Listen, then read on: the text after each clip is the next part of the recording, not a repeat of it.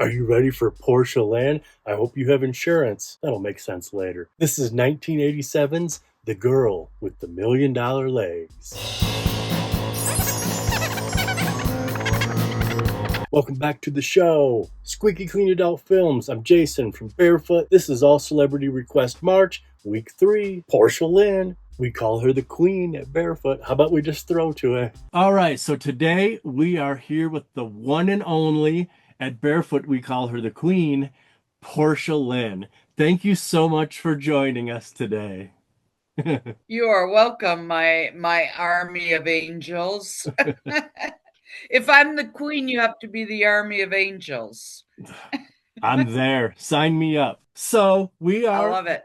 So this is All Celebrity Request March, and you chose The Girl with the $1 Million Legs. You know, it was really tough. We had several titles that were batting around, and at the end, I was really torn between several titles, and I chose this one because it was the classic start of my career. And without The Girl with the $1 Million Legs, who knows how my career would have went. But to have the support and the contract, there were girls under contract before me. Ginger was one of the first, and I was second, maybe third. I don't know. We won't fight it out. But to have a contract, to be like the Paramount MGM contract girl, and to have my legs insured for $1 million, and for a little white trash girl to be going to Paris to shoot a movie was like living a dream. Really, I just felt like I was living in a dream. And the movie really was the launch of my career. It was where everything for real began, and that's why I ended up choosing it. Did you know she has a book called The Girl with the $1 Million Legs? Did you know that she had insurance on $1 Million Legs? Did you have your legs insured for $1 million? Yes. Did you not know that? I thought that title just meant you had really good legs. It was a total marketing, I don't want to say scam, because it wasn't a scam, but it was a total marketing ploy. Same with when they did it with Betty Grable. It was a marketing ploy to bring attention and something to say. When you get introduced on a stage, whether you're featuring in a club or you're on Morton Downey Jr. or all those Maury Poviches, Geraldo's, all those shows that we went on back in the day, they would introduce us as kind of the niche, and my niche was the girl with $1 million legs. So it was a great little thing. He was smart, Dino Ferrari. He was a smart businessman. Okay, Jack Remy directed this. Tell me how weird this is. 2 weeks in a row, we have 2 Lynns, we have 2 Jack Remys, and we have 2 actors in the 10 movie club. We'll celebrate that at the end. Now, this was filmed overseas, which we will also talk about at the end. I only know 2 people from the cast and 2 people from the crew, Porsche Lynn and Paul Thomas, Jack Remy, and Mark Weiss. Let's hear about the writer. Mark Weiss. He wrote a ton of scripts back in the day. The guy was super prolific. Like we called him the Stephen King of porn for a while. Yeah. He would just knock off scripts all the time. It was amazing.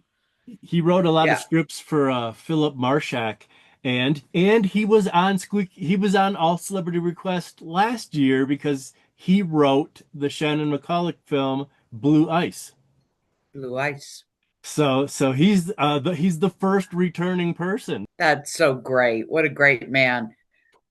Great writer, too. Okay, when we come back, we're going to hear all about the theme song, which was performed by Paul Thomas, singing, piano. We're going to hear about shooting overseas. We're going to talk about the romantic realism of this movie. That's not the norm for this genre. Very unique.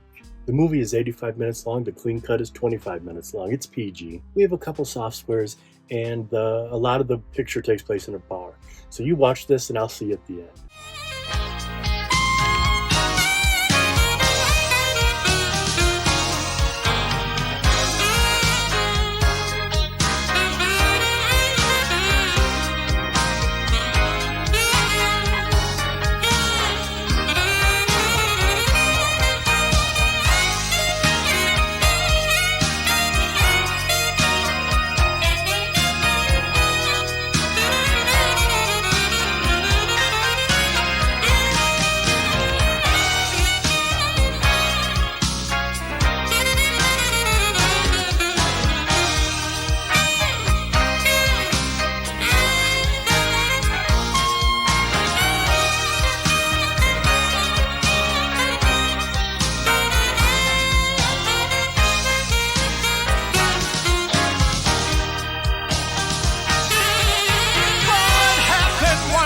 before.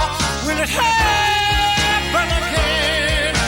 Somebody broke my heart and it never did mend. Now I ask you about my misery. Oh, she left me for another. Will you do the same for me? New cars, diamonds and pearls, the world is at your feet. With fame and fortune, I just can't compete. 'Cause pretty soon now, you'll think you've got it made. You're the girl with the $1,000,000 legs. Oh, you got those $1,000,000 legs. Oh, I long to get into those legs. Your calves, your thighs, your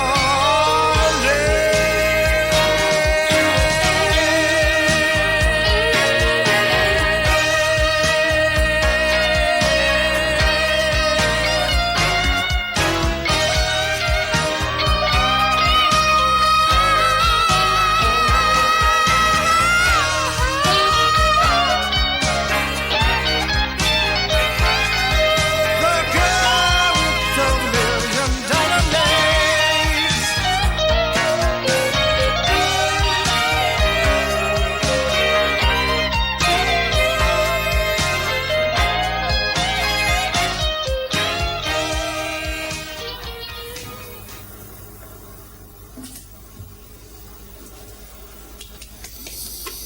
Bravo. Ah, merci. Merci beaucoup. Je m'appelle Shelly, and I desire a job. Try English, honey. It's easier. Oh, God, you speak English. Okay. I do desire a job. You sure you're not here for the legs contest? Because they're not going to be here for about an hour from now. Legs contest? Yeah. No. Actually, I was looking for a job as a waitress. I got 17 waitresses. I can't use any more help. I'm sorry. Sorry. Oh. Well, okay. Thank you for your time anyways. Okay. Oh, wait. Come here. Can you make a Manhattan? Best you've ever Yeah. tasted. There's no one in this whole goddamn country who can make a decent Manhattan. Ugh. I tell you what. If you can make a Manhattan that doesn't make me gag, you got yourself a job as a bartender. Now, it's not going to pay you as much as a waitress, but it'll save wear and tear on your fanny from all that pinching. Okay? Okay, I think you got a deal. Yeah? Yeah. What's your name? Shelly. Shelly Anderson. Shelly? Johnny. Nice to meet you. Nice to meet you too. There'll be someone with you soon up there, okay? All right. All right.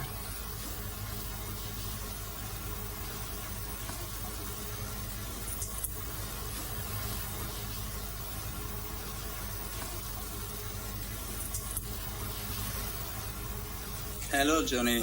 Long time. This your contest? It's a very nice place. It's you? Yes. Good. It's rather poetic. Of all these gin joints in Paris, I had to pick yours to hold my contest. I hate poetry, Ed. After all these years, you still blame me for Verna, don't you? If you haven't given her that contract, I don't think she would have left me in the first place. But I didn't take her from you, Johnny. She was a very beautiful and talented girl, but if I hadn't done it, somebody else will have. Bullshit. Believe what you want.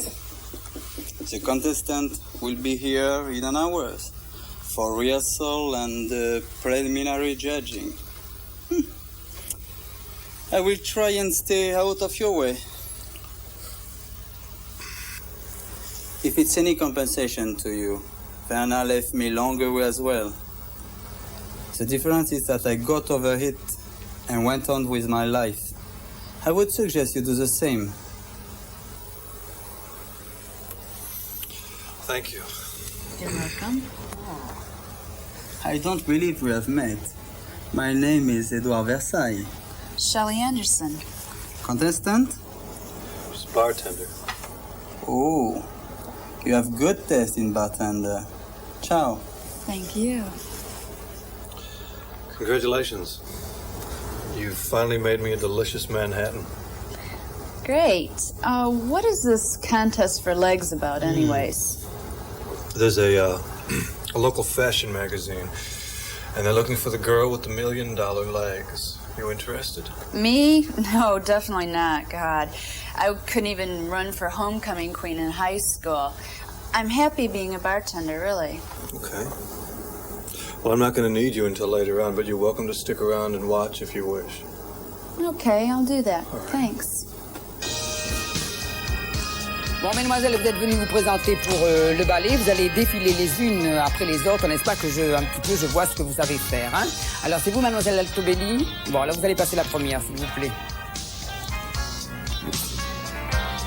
Pas mal, mais enfin. Bon, à la suivante, s'il vous plaît, encore. Oui, à vous, à vous.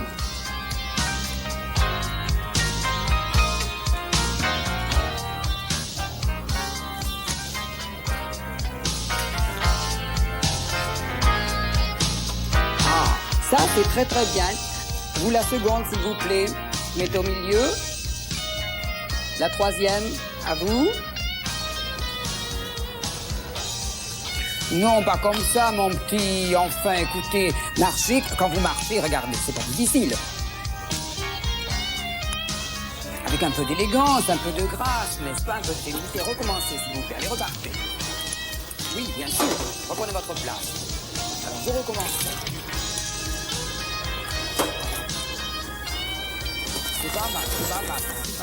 Hello. Hello. Benno, Paris Gazette. Shelly Anderson, Elkhart, Indiana. Ah, you are a long way from home. Are you here for the $1 million legs contest? No, I'm not a contestant. You got great legs. You should be. Well, thank you, but it's not exactly my cup of tea. Actually, I'm here as a bartender. I think, someone like her. Ah, she's a contestant. I would think so. I mean, one would hardly dress like that to go to the store. I guess you're right, you know. Excuse me, it's my first job. I am a little nervous. Okay, well, congratulations and good luck. You have beautiful legs, you know. Well, my legs thank you also. Ciao. Ciao, Bella. Bye.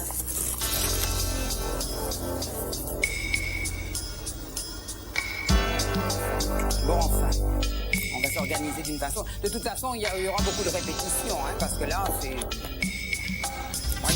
Faut pas marcher comme des canards, mes enfants, enfin. J'ai dit de la grâce, de l'élégance, quelque chose qui soit enlevé, enjoué. Bon, à la suivante, mademoiselle, s'il vous plaît. I'm sorry, I want just a little interview. Oh, it's fine with me, Jerry. But they are not dressed. Oh, well, I don't think they're ever dressed, really. I am Ben Law of the Paris Gazette, you know. Oh, yes. I say, do you speak Lithuanian? No.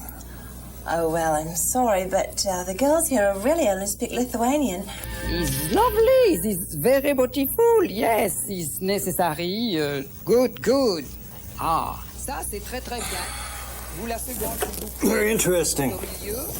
Very. Yeah. La Shall troisième. I make you a drink? Mais ne No, restez pas comme un morceau de bois, mon petit. you're not even supposed to be working right now, are you? Oh, that's okay. It's on the house. Oh, okay. You've got great legs. You might enter the contest yourself, you know that? No, thank you. It's definitely not my cup of tea. Hey, getting any good material? Better than I ever thought. Hey, didn't you Johnny Blues? I'm still Johnny Blue. You are the best. Thank you. So I've heard. Thank you. You make the greatest album, Blues Night. You broke up with Werner Madison, no? Yeah, I know I was there. Listen, I'm gonna go powder my nose.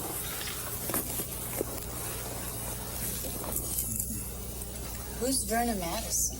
Madison. She was a French girl who went to America to be a model. They fell in love. I guess she's still heartbroken. I guess so.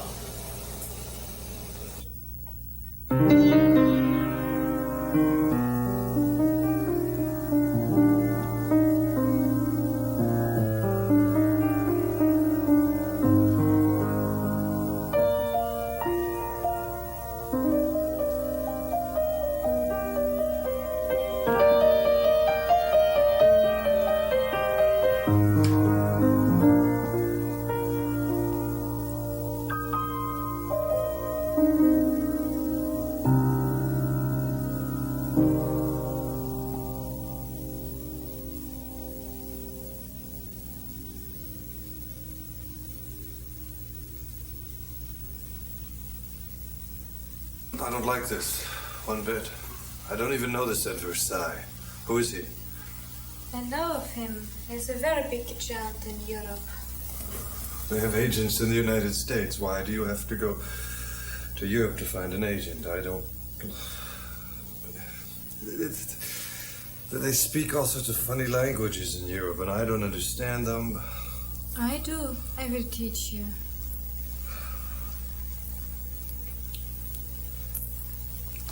I don't want to lose you. Europe is a very big place, and I'm afraid you'll find someone else. There is no one better. I'm just a 2-bit piano player, that's all I am. You'll be with a lot of big stars over there. I don't want any big stars. I wish I could be sure of that. I don't know what I would ever do if I lost you. You won't? Well, how can I be sure of that? I'll make sure of that.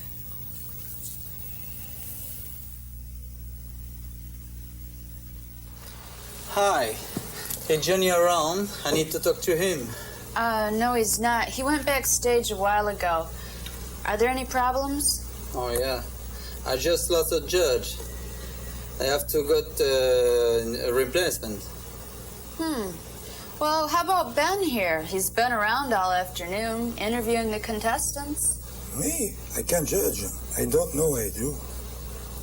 You like woman legs? You're hired. Yes, but for me, it's impossible.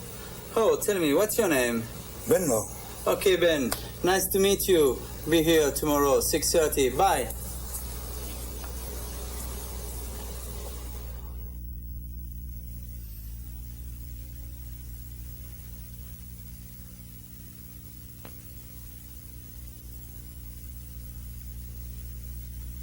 Can I offer you a drink, maybe? No, thank you. A seat, maybe? Yes, thanks. Your fan was telling me your life story. I don't know why anyone would want to bore a little girl half to death myself. It wasn't boring, really. Sad, maybe, but definitely not boring. Well, good. I'm glad you enjoyed it. Well, is it true what they say about Verna breaking your heart? Verna. Told you about Verna, huh? Verna didn't actually break my heart so much as she sort of captured it for herself, and she never let anyone ever have it again, you know?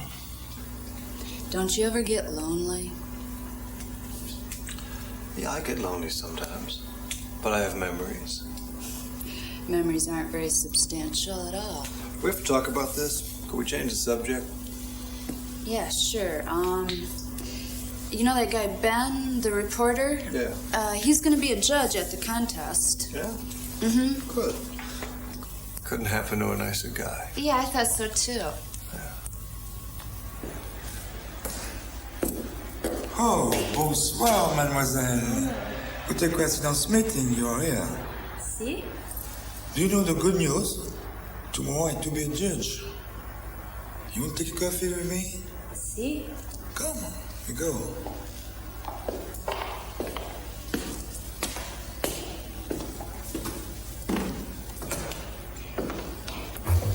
Here you go. It's a good coffee, my special coffee. You want? See? Oh, you are nice. Very nice. It was good. See? Very good. Hey, you know what I wanted to be when I was a little kid? A nurse. No, a fireman. I'm serious. I really did. I wanted to be a fireman, and I wanted to sit in the back of the truck and steer that steering wheel in the back. But I wanted to steer it the opposite way, of course. So if the truck was going to the right, I wanted to steer that steering wheel to the left. Wait a second. That's how you're supposed to do it, isn't it? Oh, really? Yeah. That's a strange progression to go from a fireman to a bartender. Where did you learn to mix drinks? My old boyfriend. He drank a lot. Old boyfriend, huh? Why did you stay with him? Love, I guess. You do strange things when you're in love. Was that the whole story? No, it's just part of it. The good part or the bad part? The bad part, definitely. Was there a good part? Sometimes, but usually not, though. Well, then I'll ask you again. Why did you stay with him? There had to be a reason. I did love him, I did, but it just got to a point where I couldn't take it anymore. You do strange things when you're in love. This is true. Yeah.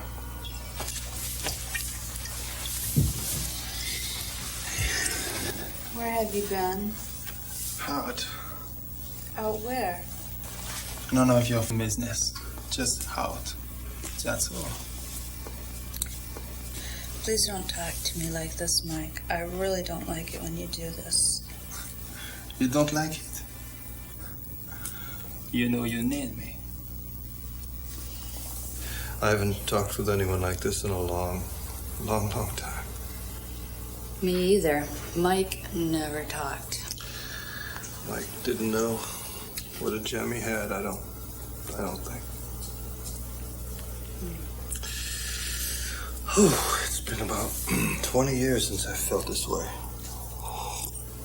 It's kind of scary. Why is that? Because I feel I could fall in love with you. Is that bad? No, it's not bad. It's just frightening. I was hurt once, and I don't want to be hurt again. Well, you know, sometimes when you really want something, you just have to take a chance.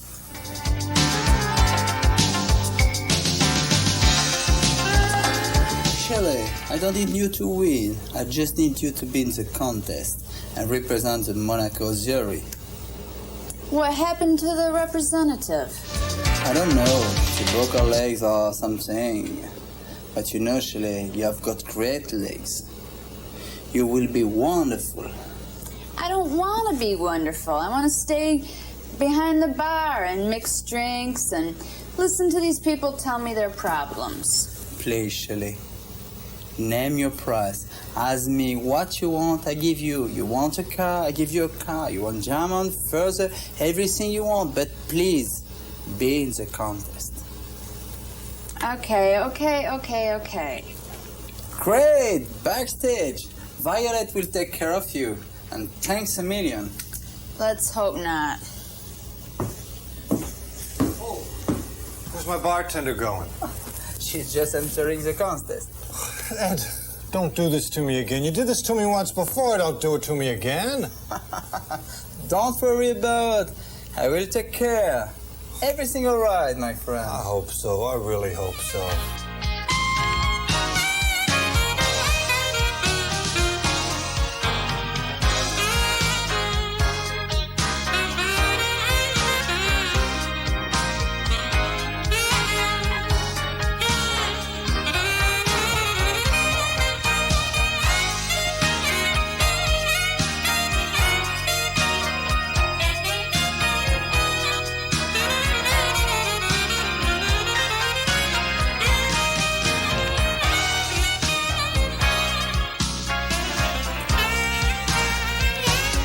Very nice. I did not know you were a contestant. Her name I know, Shelly. A surprise contestant. Shelly. What can I say? My.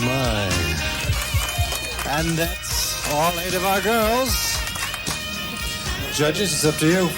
You have a difficult job ahead of you. I think the last one. One more turn. Maybe 8. Number 8, yes. No. Yes. Give me the cover. Give me. What do you mean? 8. Number 8. Okay. The winner, number 8.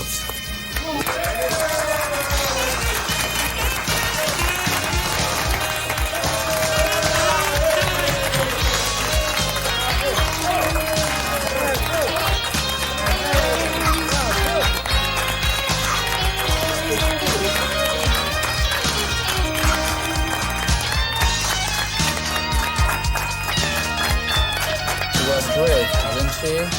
She wasn't even supposed to win, Ed. Yeah, I know. But you just can't hide someone special like that. Where's she now? She went to Pâques. We have to be tomorrow morning in Marseille and the day after in Rome. And she will be back in a couple of days. Get out of here, Ed. Please. She is not like Verna. She will be back. Ed, please just get out of here. As you wish. Bye-bye.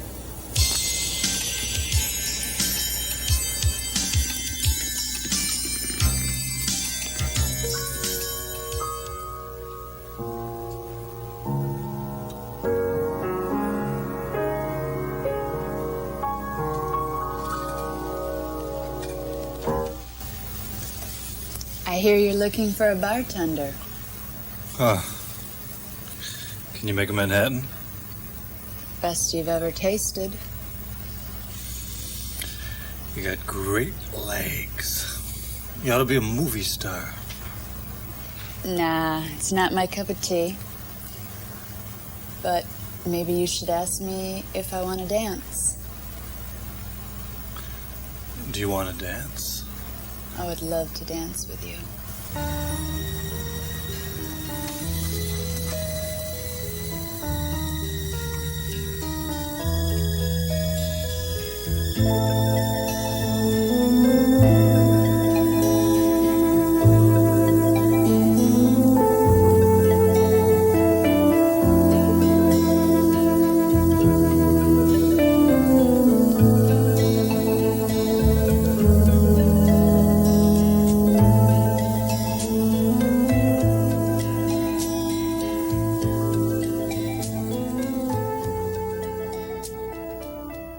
So what did you think of that? Did you like it? We're going to get into it in a second, but such realism, romance, kind of broken characters. Let's hear about Paul Thomas and the song first. Paul Thomas sung the theme song. Was that song alive during the that's my question. Was that a song during the movie, or did it come as an afterthought? It was alive before the movie. Paul Thomas is an amazing singer, and he played the piano for real. That was not somebody else playing the piano. He was formulating the words from the song him, and I believe, don't quote me on this, but I believe is the writer of the actual Girl with $1 Million Legs film.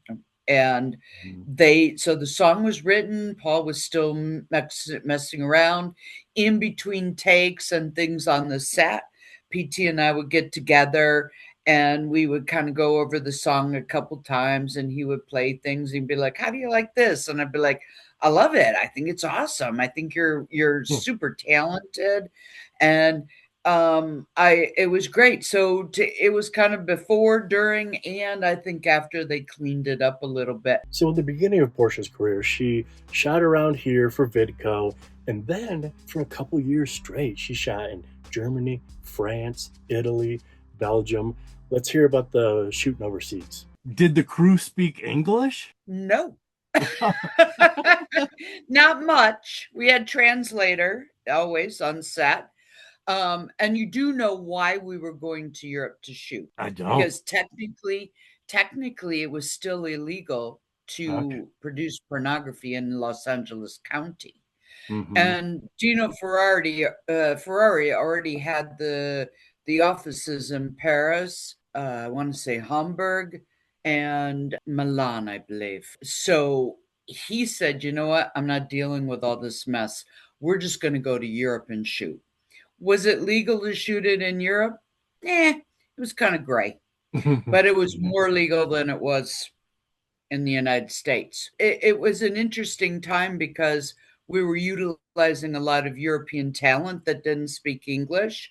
And when you're on set, you're going to the person that you're going to work with, and you're talking about, well, what do you like? What do you not like? Is there anything I shouldn't say or do? Or we're negotiating because we want to ultimately create a great scene, and that's good, the bad, and the ugly. When you can't speak to the person and you're trying to say to the person you're working with, hey, slow down just a little bit, or oh, I need more lube, or oh, I got a Charlie horse in my leg. And the person you're working with is like, I don't understand what she's saying. And we would try to learn a little of German or a little Italian or a little French. And, we Americans are bloody awful with that. Anyways, it was an amazing time and challenging, rewarding, all in the same stroke. Okay, before we jump into the meat and potatoes of the picture, Porsche Lynn is in the 10 movie club. Oh, and also, I'm going to do this without you in front of the green screen, but you are now in the 10 movie club. This is your this is your 10th movie. Of course, we have Innocent Taboo, Umba Sound UK, and Black Taboo 2, Sorority Pink 1, Sorority Pink 2, Night Trips, Miami Spice, Taboo 5, this, and the absolutely wonderful Night of the Living Debbies and Maxine. All right, let's jump into some romantic realism. This movie is very romantic. Yes. You can't say that with a lot of adult films. There's so much. I mean, you guys both have a backstory of heartache. You're coming together. You're both like really vulnerable. And PT, he's very insecure.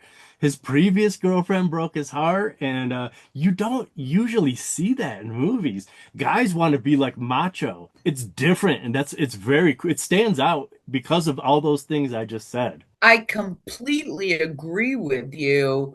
And when I watched it again, I was really impacted by how PT and I worked on this, and we were like, okay, this is kind of a love story of two people that are totally brokenhearted, have gone through really terrible things, and are maybe swearing off that they'll ever find love or see love again. And now they kind of collide together in a world. And so we worked on that. And the other thing I'll tell you, this is a big inside thing that I remembered when I watched the footage, is it's actually true. He was just coming out of a marriage, and I was leaving a relationship that had ended in domestic violence. Oh, And so I was just getting out of that, and I had just gotten out, got my own place, was working my way through what I had experienced, the trauma and the violence of in a relationship. And I was kind of taking a breath. I was like, okay, I'm going to go to Paris. I'm going to have 6-9 months in Paris. I'm going to be able to put myself back together. When the writer came to me with the first draft of the script, I was kind of enraged. I said, how dare you use the name of my ex in this film? I said, you could have used any other name. Why would you do that? And he said, I was going for reality. I wanted to see a real reaction. He said, you're a decent enough actress. I wanted to see a real reaction. And so I'm Irish and I'm stubborn as you know what. And I said, okay, I'll take that on as a challenge. And so I saw in my delivery lines, I remember while I was delivering those lines and saying, oh yeah, Mike, remember him, the guy that beat the crap out of me one night? And Paul Thomas, his ex was not named Vera, which I was like, why do they pick on me and not the guy? But when I was watching it, it all came back, and we were both kind of in that weird place, and we used it and actually channeled something that just felt genuine and real, not over the top, not campy, but we were just kind of like, yeah, I've been through shit, and not sure I really want to go through it anymore. And it came across as authentic. It sure did. Okay, we talked a bunch about Night of the Living Debbies. Of course, you think I could keep my mouth shut about the Debbie Does Dishes series? We're not putting any of it in here. Business move. I'm kidding. It doesn't fit. But it's important because it's how we met. I met Porsche over Night of the Living Debbies back in our October lineup. And so that's very important to me, and we go into it in depth. And a super shout out to Josh for making this all happen. You're in the long interview. You got cut from the movie version, but I'm super thankful for you. But here is a little slice of Maxine. Okay, real question. I will punch myself in the face if I don't ask you this question. I still can't believe that Maxine is an editing thing. Or Max Headroom is an editing project. And so he didn't have to do that. The editor made him go, But you in Maxine, you did the editing for them. I was like, look at her go. Yes. Yes. It took a while. We had a lot of takes with that. But I kept saying, can't you guys fix this in post? Exactly. I brought it up on the Maxine episode. I'm like, they should be doing this for her. I agree. We covered like 18 topics. You're going to hear like 7. The full interview will be released near the end of the month. All right. The Girl with the $1 Million Legs. The book, the movie, the woman. Thank you so much, Porsche, for being part of this whole deal. All celebrity request March, which might be RIP. You have no idea all the bad things that have happened to me in the last 3 days. I probably shouldn't even put this in here. We'll forge ahead. At Barefoot, we might be dumb, but I'll tell you one thing we are, is smart. I mean, quitters. We're not quitters. We might have to get silly meta next week and then go for a Hail Mary for the end of the month. I don't know. But thank you for watching. I appreciate it. You are just as important as us. This is a two-way street. We can't do this without an audience. So thank you. And all you have to do is watch. You can donate. There's the things on the screen. You don't have to, though. But more importantly, you don't have to subscribe or like or share. Just watch, which I just said the whole spiel. You've already done that. Thank you. Done deal. Thank you so much for doing this. Anytime you want anything from me, I'm here. And you have my phone number, my email. Thank you so much for giving me your time. It's been a pleasure. Anytime you need anything from me, same. And I can't wait to have you on my podcast. Porsche Lynn is the best. I'm going to be on her podcast, and I'm going to do good. Unlike all my other podcast appearances, where I sit there and try not to do anything wrong, and I feel like I'm in a principal's office, this is going to be the opposite of that. Thank you again for watching. See you.